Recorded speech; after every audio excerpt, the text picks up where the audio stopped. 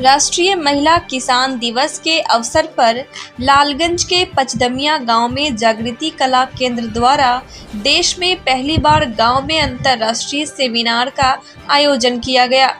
कृषि के क्षेत्र में युवाओं की भागीदारी विषय पर 3 दिनों तक चलने वाले इस सेमिनार का उद्घाटन बिहार के स्वास्थ्य एवं कृषि मंत्री मंगल पांडे, लालगंज के विधायक संजय कुमार सिंह, भाजपा के जिलाध्यक्ष प्रेम कुशवाहा, राजद के प्रदेश प्रवक्ता चितरंजन गगन, जागृति कला केंद्र के अभयनाथ सिंह समेत कई शिक्षाविदों ने संयुक्त रूप से दीप प्रज्वलित कर दिया।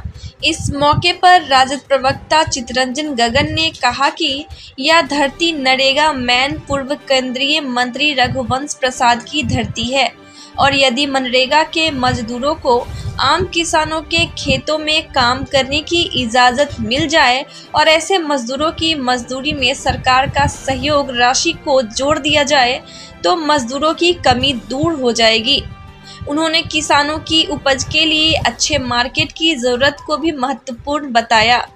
लालगंज के विधायक संजय कुमार सिंह ने रेफरल अस्पताल में 2 भवनों की स्वीकृति देने को लेकर धन्यवाद दिया। वहीं मंत्री जी ने अपने संबोधन में कृषि के क्षेत्र में सरकार की उपलब्धियों को गिनाते हुए पारंपरिक खेती से अलग हटकर मोटे अनाज की खेती पर जोर दिया। उन्होंने कहा कि मोटे अनाज की खेती से किसानों को मोटी रकम भी आएगी और उसको खाने से स्वास्थ्य भी अच्छा रहेगा। उन्होंने स्ट्रॉबेरी और ड्रैगन फ्रूट लगाने पर भी जोर दिया। उन्होंने लालगंज विधायक के आग्रह पर रेफरल अस्पताल में बने नवनिर्मित भवनों के उद्घाटन को लेकर लालगंज वासियों से वादा किया कि बहुत जल्द मैं इस भवन का उद्घाटन करने आ रहा हूं। कार्यक्रम की अध्यक्षता विधायक संजय कुमार सिंह ने की, वहीं संचालन किसान जितेंद्र कुमार सिंह ने किया। इस मौके पर जिले के कई किसानों को सम्मानित किया गया। हम आपसे, आपकी सरकार यहाँ भी है, केंद्र में भी है।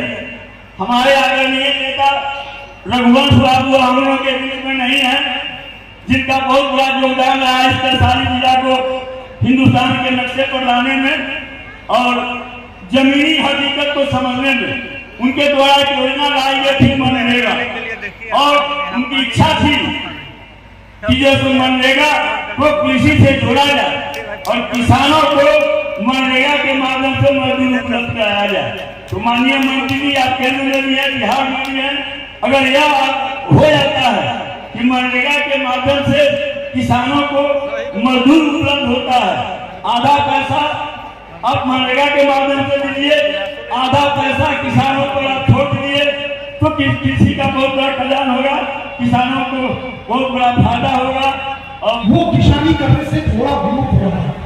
नए नए इनोवेशन आ रहे हैं, नई नई चीजें आ रही हैं। यहाँ फीफा की हमारी मैडम आई हैं, वो बता रही थी मत्स्य पालन के विषय में, अभी कीट पालन के विषय में यहाँ जो बैठे हुए हमारे आए हैं आसाम से बंधु, वो भी बता रहे थे। यानी केवल खेती का मतलब ये नहीं है कि धान और गेहूं हम जाए, खेती समेकित खेती जो इंटीग्रेटेड खेती है उसकी ओर हम सबको बढ़ना चाहिए। और ये सौभाग्य है कि इस क्षेत्र में हमारे ये जो लालगंज और भगवानपुर का पूरा इलाका है वो किसानों के लिए बहुत बड़ा इलाका है, किसानों की उपज वाला इलाका है। और इस क्षेत्र के लोग, इस क्षेत्र के सारे बंधु सब्जी के उत्पादन के क्षेत्र में आजकल मिलेट्स जो है उसके उत्पादन के क्षेत्र में काफी प्रगति कर रहे हैं। तो वो रेफरल हॉस्पिटल एक पोस्टमार्टम हाउस की तरह दिखता था, आज जाकर देखिए वहां 2 मंजिली इमारत बनकर तैयार हो गई है, जिसका भी माननीय मंत्री महोदय से हमने अनुरोध किया है कि वो आकर के उद्घाटन करें। ये विशेषता इसलिए हम बता रहे हैं कि माननीय मंत्री महोदय को 6-7 स्थानों पर या कुछ स्थानों पर हॉस्पिटल स्वीकृत करना था, ये स्वीकृति दे चुके थे, फाइल नीचे आ गई थी। लेकिन जब हम पहुंचे तो हमने कहा कि मेरे लालगंज को भी एक हॉस्पिटल आप दीजिए।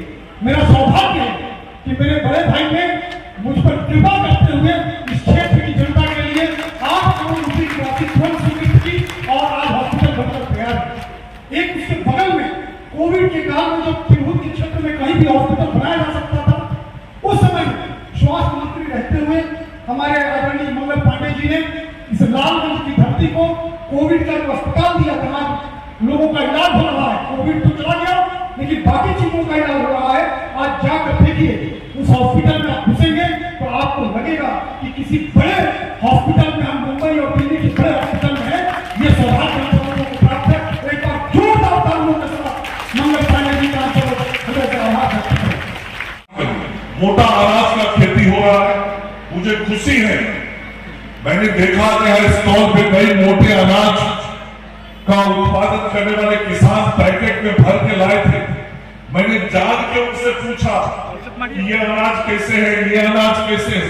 किसी अनाज का दाम 140 रुपए किलो से कम नहीं था। अब गेहूं का चावल 140 रुपए किलो बिकता है।